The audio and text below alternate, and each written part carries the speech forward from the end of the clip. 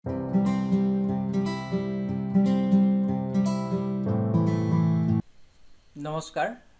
আজি বিদ্যুৎ প্ৰবাহৰ চুম্বকীয় ক্ৰিয়াৰ পাঠটিৰ আন এটা ভিডিঅ'লৈ ছাত্ৰ-ছাত্ৰীসকলৰ মাজলৈ আহিছো।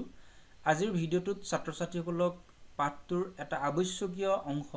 বৈদ্যুতিক মটৰৰ বিষয়ে আমি আলোচনা কৰিম। পৰীক্ষাত প্ৰায় সঘনাই এই বৈদ্যুতিক মটৰৰ ওপৰত প্ৰশ্ন আহে। ইয়াৰ ডায়াগ্ৰাম,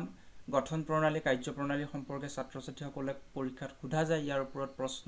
আৰু এনেও এইটো জানিবলগীয়া কথা যেহেতু আমি দৈনন্দিন ক্ষেত্ৰত ব্যৱহাৰ কৰা প্ৰায়বিলাক সঁজুলিতে এই বৈদ্যুতিক মটৰ ব্যৱহাৰ কৰা আছে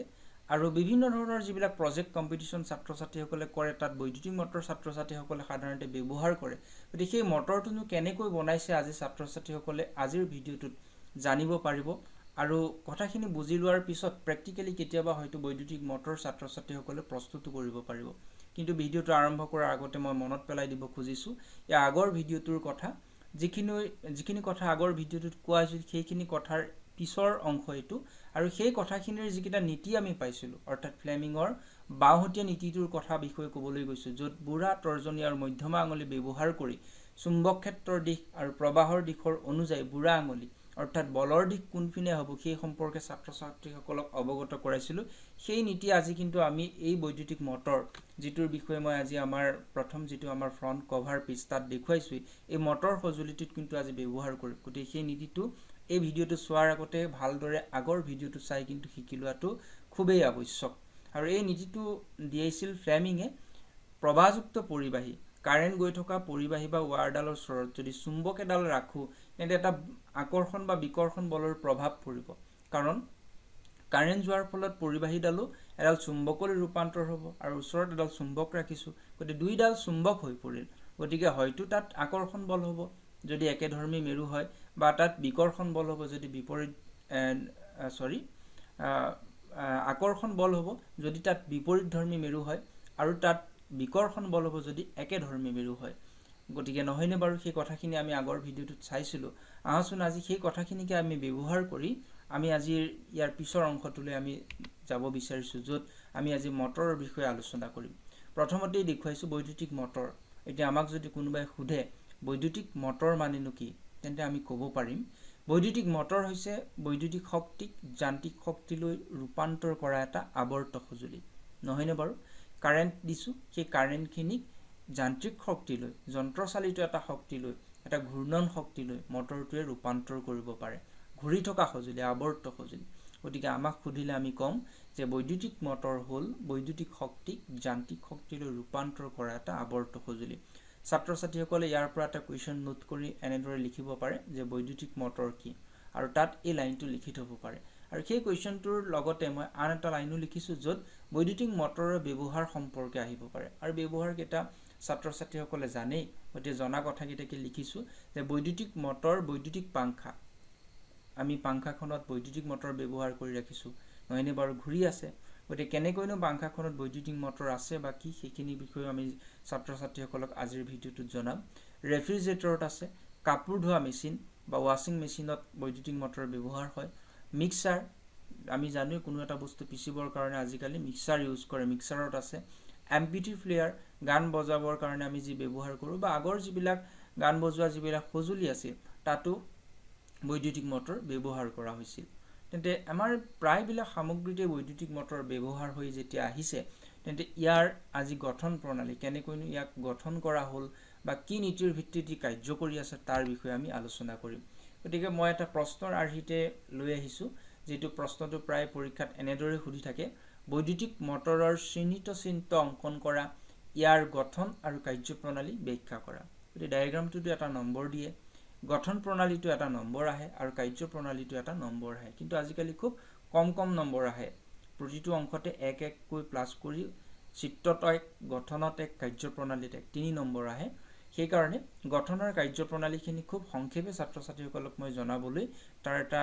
টুকা প্ৰস্তুত কৰি দিছো। ইয়াৰ পিছতে মই জনাম প্ৰথম ডায়াগ্ৰামটো লৈ আহিছো আৰু ডায়াগ্ৰামটোতে গোটেই কথাখিনি সোমাই আছে গঠনৰ কাৰ্যপ্ৰণালীৰ বিষয়ে। তেন্তে ডায়াগ্ৰামটো দেখিছে আমি N আৰু S লিখিছো মানে এই দুটুকুৰা চুম্বক বাৰু ইয়াতে গঠনৰ কথাও মই কৈ গৈছো যে বৈদ্যুতিক মটৰৰ গঠন প্ৰণালীত চুম্বকৰ দুটা ভিন্ন মেৰুৰ মাজত এইটো নৰ্থ মেৰু এইটো সাউথ মেৰু এই চুম্বকৰ দুটা ভিন্ন মেৰুৰ মাজত এটা আয়তাকাৰ কুণ্ডলী লোৱালো এটো এটা আয়তাকাৰ কুণ্ডলী A B C D নামৰ এটা আয়তাকাৰ কুণ্ডলী লোৱা হল আৰু এই কুণ্ডলীটোৰ প্ৰান্ত দুটা এই দুটা শেষ অংশ নহয়নে বৰ প্ৰান্ত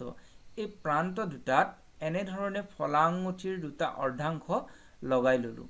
এই দুটা আমাৰ ফলা আঙুঠি P আৰু Q নামৰ দুটা ফলা আঙুঠি আমি লগাই লৈছো ফলা আঙুঠি P আৰু Q এতে P লিখিছো আৰু এতে Q লিখিছো এতে এই আঙুঠিটোৰ ভিতৰৰ ফালে এই সৰুকে এটা লেয়াৰ দেখা গৈছে সাগে ভিতৰ ভাগ আমি অন্তৰিত কৰি ৰাখিছো মানে আমি যদি ইয়াৰ বাহিৰত কাৰেন্ট দিও তেনে ভিতৰ ফালে কাৰেন্ট যাতে তাৰ লগত এটেচড হৈ থকা বস্তুটোলৈ না যাওক তাৰ কাৰণে অন্তৰিত কৰি ৰাখিছো হয় কাগজৰ টুকুৰা দিছো বা এনে ধৰণৰ অপৰিবাহী পদাৰ্থৰ এটা প্ৰলেপ আছে আৰু অন্তৰিত কৰি এডাল অক্ষদণ্ড ভৰাই ৰাখিছো এডাল অক্ষদণ্ড তেন্তে এই অক্ষদণ্ডডাল কোনডাল মই ছাত্ৰ-ছাত্ৰীসকলক ক'ব বিচাৰিছো মটৰটোৰ পৰা যে এটা টুকুৰা বাহিৰলৈ ওলাই থাকে য'ত ছাত্ৰ-ছাত্ৰীসকলে তেওঁলোকৰ সজুলিটোৰ যিবিলাক পাংখা দি মানে ঘূৰ্ণন কাৰ্যৰ কাৰণে ব্যৱহাৰ কৰোতে য'ত পাংখাখন লগাই দিয়ে এই অংশটো সেই দণ্ডডাল এতিয়া নিশ্চয় গম পালো অক্ষদণ্ডডাল কোনডাল আমি বাহিৰৰ অংশ লৈ আহিছো যেটো P আৰু Q নামৰ ফলা আঙুঠি অৰ্ধাংশ আছিল এই আঙুঠি দুটাৰ বাহিৰ ফালে দুটা ব্ৰাছ থাকে X আৰু Y নামৰ দুটা ব্ৰাছ আৰু এই ব্ৰাছ দুটা এনেদৰে সংযোগ কৰা থাকে ইয়াৰ লগত এটেচড হৈ নাথাকে জাস্ট আমি ইয়াত হেঁচা মাৰি ধৰি ৰখাকৈ মানে স্পৰ্শ কৰি থকাকৈ X আৰু Y নামৰ ব্ৰাছ দুটা লগলোৱা থাকে আৰু X আৰু Y ব্ৰাছৰ লগত পৰিবাহী তাঁৰ আমি সংযোগ কৰা থাকে আৰু সেই পৰিবাহী তাঁৰডালে আসলতে বাহিৰলৈ উলিয়াই আনি আমি যে বেটাৰীত লগাই দিও এই দুডাল X আৰু Y ব্ৰাছ দুটাৰ পৰা উলিয়াই আনি আমাৰ এগিটা বেটাৰী যাক আমি বৰ্তনী চিত্ৰত এনেদৰে প্ৰকাশ কৰো গতিকে বৰ্তনী আমি এনে ধৰণে আনি বেটাৰীত লগাই দিছো আৰু সুইচ এটা দিয়া থাকে কি কে মানে কি আৰু সুইচ এটাৰ লগত আমি সংলগ্ন কৰিলো এইটো হৈ গল ইয়াৰ গঠন প্ৰণালী এইখিনিকে গঠন প্ৰণালীত যিখিনি কথা কৈ আছিল লিখিব লাগে আৰু তাৰ পিছত কেনেকৈ কাৰ্য কৰে তাৰ বিষয়ে কম নিশ্চয় বুজি পাইছে বুলি ভাবিছো আকৌ এবাৰ কৈছো যে চুম্বকৰ দুটা ভিন্ন মেৰুৰ মাজত এটা আয়তাকাৰ কুণ্ডলী থাকে কুণ্ডলীৰ প্ৰান্তত দুটা ফলা আঙুঠিৰ অৰ্ধাংশ লগোৱা থাকে আঙুঠিৰ ভিতৰ ভাগ অন্তৰিত কৰি এডাল অক্ষদণ্ড লগোৱা থাকে আৰু বাহিৰ ফালে স্পৰ্শ কৰি থকাকৈ দুটা ব্ৰাছৰ লগত পৰিবাহী তাঁৰ সংযোগ থাকে আৰু সেই তাঁৰেই নি পেলাই আমি বেটাৰী হওক বা যি পাৱাৰ সাপ্লাই আছিল বা সুইচ আছিল তাৰ লগত সংলগ্ন কৰা থাকে এইখিনিকে আমি গঠন প্ৰণালীত লিখিছো কথাখিনি বুজি লৈ ডায়াগ্ৰামটোত যি আছিল সেইখিনিকে গঠন প্ৰণালীত ছাত্ৰ-ছাত্ৰীসকলে লিখিব পাৰিব গতিকে লিখোতে এনেদৰে লিখিব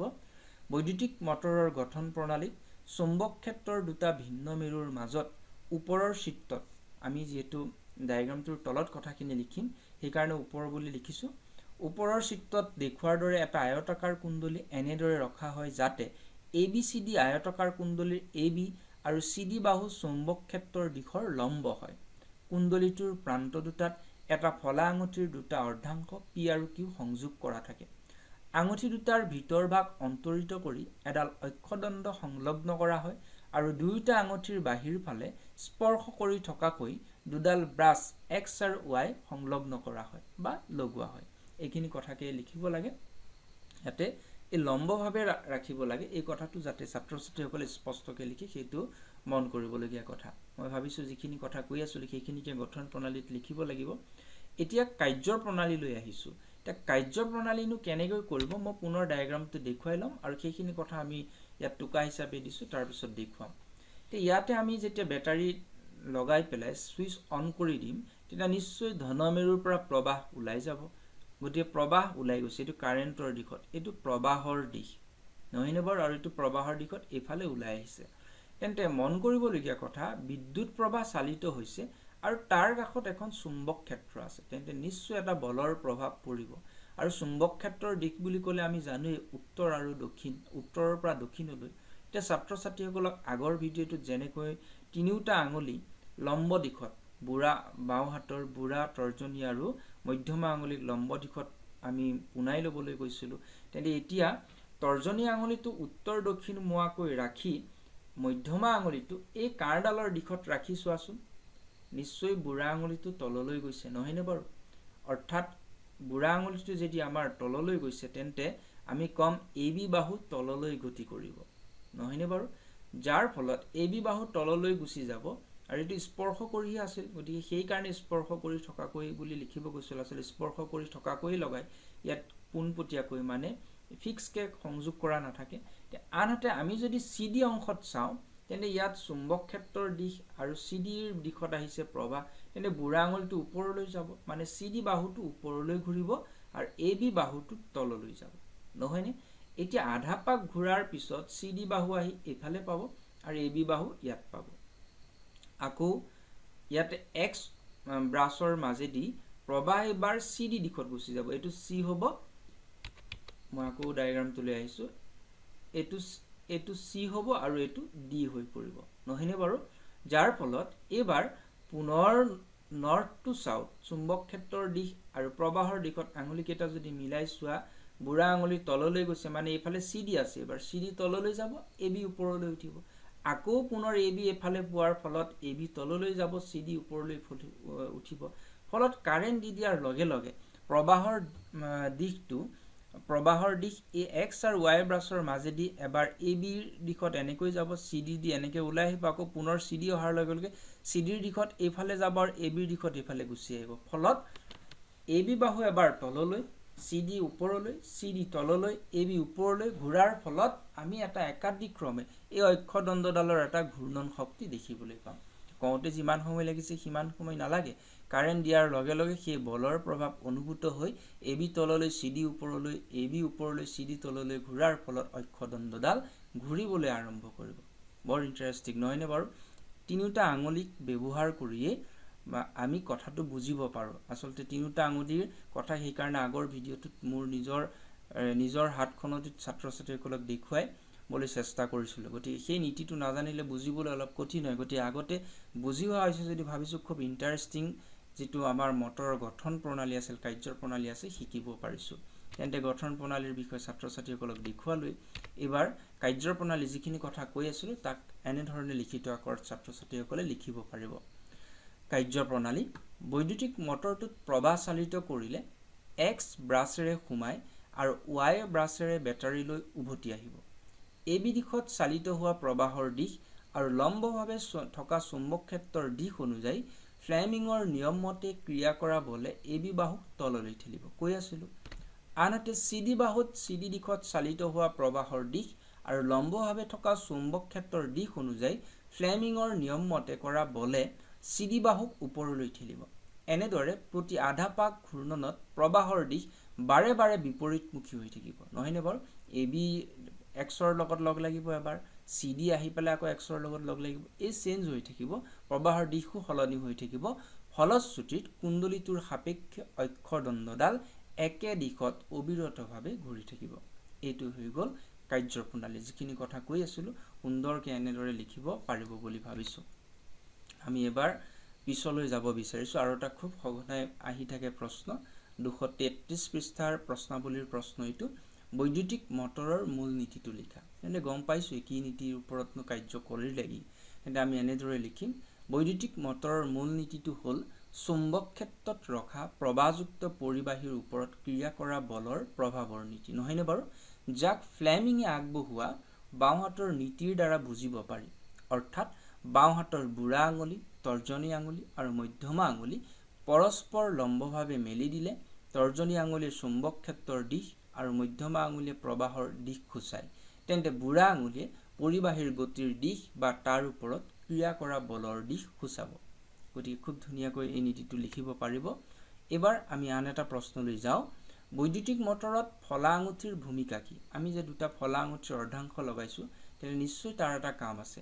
আৰু এই বৈদ্যুতিক মটৰত ফলা আঙুঠিয়ে দিক পৰিৱৰ্তক হিচাপে কাম কৰে নহয়নে বাৰু এবাৰ ABৰ লগত X আঙুঠি লগ হৈ ABৰ দিশত দিছে আকৌ CD যেতিয়া X লৈ আহিছে CDৰ দিশত দিছে বা আনফালে Y ঠিক একেদৰে কাম কৰিছে আনটো আঙুঠিয়ে তেনেদৰে কাম কৰে P আৰু Q আঙুঠি দুটাৰ লগত যেতিয়া X আৰু Y ব্ৰাছ দুটা লগ লাগি আছিল সেই ব্ৰাছ দুটাই এবাৰ P আঙুঠিটোৰ লগত AB বাহু যেটো সংযুক্ত হৈছিল সেই দিশত দিছে আকৌ CD বাহুটোৰ দিশত দিছে গতিকে একে সেই কথাটোকে আমি চমুকে এনেকে লিখিব পাৰো যে কি হিচাপে কাম কৰে দিক পৰিৱৰ্তক হিচাপে কাম কৰে এটা ইম্পৰ্টেন্ট প্ৰশ্ন পৰীক্ষাত আহি থাকে 1 নম্বৰৰ কাৰণে ছাত্ৰ-ছাত্ৰীসকলে এটো নোট কৰিব নেক্সট আৰু এটা প্ৰশ্নলৈ গৈছোঁ, বাণিজ্যিক মটৰসমূহত সাধাৰণ মটৰতকৈ কি সাল সলনি কৰা হয়? এতিয়া বাণিজ্যিক মটৰ মানে আমি ঘৰুৱাভাৱে ব্যৱহাৰ কৰা যিখন পাংখা, এইটো তাত বাণিজ্যিক মটৰ বুলি ক'ব পাৰোঁ যিটো মটৰ ব্যৱহাৰ হৈ আছে। তেন্তে কি কৰে চাওঁ, স্থায়ী চুম্বকৰ সলনি বিদ্যুৎ চুম্বক ব্যৱহাৰ কৰা হয়। আমি পাংখাখন খুলিলে কিন্তু তাত চুম্বক দেখিবলৈ নাপাওঁ, কিছুমান কইল দেখিবলৈ পাওঁ, নহয়নে বাৰু? এই কইলৰ বিষয়ে কৈ আহিছোঁ, চলেনইডৰ বিষয়ে পঢ়িছিলোঁ, নহয়নে বাৰু? আচলতে সেই কইলটোৱে কাৰেণ্ট দি দিয়াৰ লগে লগে চলেনইডটো চুম্বক এডালৰ নিচিনা কাম কৰে। আচলতে পাংখাখনৰ ভিতৰত ভৰাই থোৱা সেই চলেনইডবিলাক মানে কইলবিলাক দিয়া থাকে, চুম্বক দিয়া নাথাকে। কাৰেণ্ট দিয়াৰ ফলত সেই কইলবিলাকে একোটা চুম্বকৰ দৰে কাম কৰে আৰু তাৰ ভিতৰত থকা দণ্ডডালক ঘূৰোৱাত ই সহায় কৰে। কিহৰ ওপৰত ঘূৰোৱাত সহায় কৰে? সেই ফ্লেমিঙৰ নীতিটোৰ ওপৰত। মানে চুম্বক ক্ষেত্ৰত আমি যদি কাৰেণ্ট গৈ থকা বস্তু এটা যদি ৰাখোঁ, সেই কইলকেইটাৰ ওচৰত যদি কাৰেণ্ট গৈ থকা দণ্ডডাল দিওঁ, তেন্তে সেই দণ্ডডালে সেই নীতিৰ ভিত্তিত, ফ্লেমিঙৰ বাওঁহতীয়া নীতিৰ ভিত্তিত ঘূৰিবলৈ আৰম্ভ কৰিব। গতিকে সেইটো এটা বাণিজ্যিক মটৰত সাল সলনি কৰা হয়। দ্বিতীয়টো হ'ল বহু সংখ্যক পাক থকা কুণ্ডলী ব্যৱহাৰ কৰে। আজি মটৰটোত এটা কুণ্ডলী দেখুৱাইছোঁ, এইটো এটা জাষ্ট আৰ্হি, কিন্তু বাণিজ্যিক মটৰত আমি এটা ঘূৰ্ণন ভালকৈ পাব লাগিব, এটা শক্তিশালী ঘূৰ্ণন পাব লাগিব, যাৰ কাৰণে বহু সংখ্যক পাক থকা কুণ্ডলী থাকে। আৰু লুৰ মজ্জাত কুণ্ডলীটো পকাই ৰখা হয়, আৰু এটা লুৰ মজ্জা লোৱা হয়, তাত কুণ্ডলীটো পকাই ৰখা হয়। নেক্সট আৰু এটা প্ৰশ্ন ভিতৰৰ পৰা বাছি দিছোঁ, আৰ্মেচাৰ কি? বাণিজ্যিক মটৰত থকা কোমল লুৰ মজ্জা আৰু এই কুণ্ডলী দুয়োটাক একেলগে আমি কি বুলি ক'ম? আৰ্মেচাৰ। তেন্তে আজিৰ ভিডিঅ'টোত কেৱল বৈদ্যুতিক মটৰৰ বিষয়ে ছাত্ৰ ছাত্ৰীসকলক জনালোঁ। খুব ভালকৈ কেইবাবাৰো ভিডিঅ'টো চাই ছাত্ৰ ছাত্ৰীসকলে বৈদ্যুতিক মটৰৰ গঠন, কাৰ্যপ্ৰণালী আৰু ডায়েগ্ৰাম বুজিবলৈ চেষ্টা কৰিব। ভাবিছোঁ খুব ধুনীয়াকৈ বুজিব পাৰিব বুলি ভাবিছোঁ, আৰু যিমান পাৰি সহজকৈ বুজাবলৈ চেষ্টা কৰিছোঁ। কিতাপখনো লগত ৰাখি লৈ কথাখিনি পঢ়ি চাব, আৰু লগত কেইটামান আনুষংগিক কুৱেশ্যনো যোগ দি পেলাই আজিৰ ভিডিঅ'টো প্ৰস্তুত কৰিলোঁ। আমি ইয়াৰ পিছত বিদ্যুৎ চুম্বকীয় আবেশ আৰু মটৰৰ নিচিনাকৈ আন এটা সঁজুলি জেনেৰেটৰৰ বিষয়ে ইয়াৰ পিছৰ ভিডিঅ'ত আলোচনা কৰিম। আজিলৈ এৰিছোঁ, ধন্যবাদ।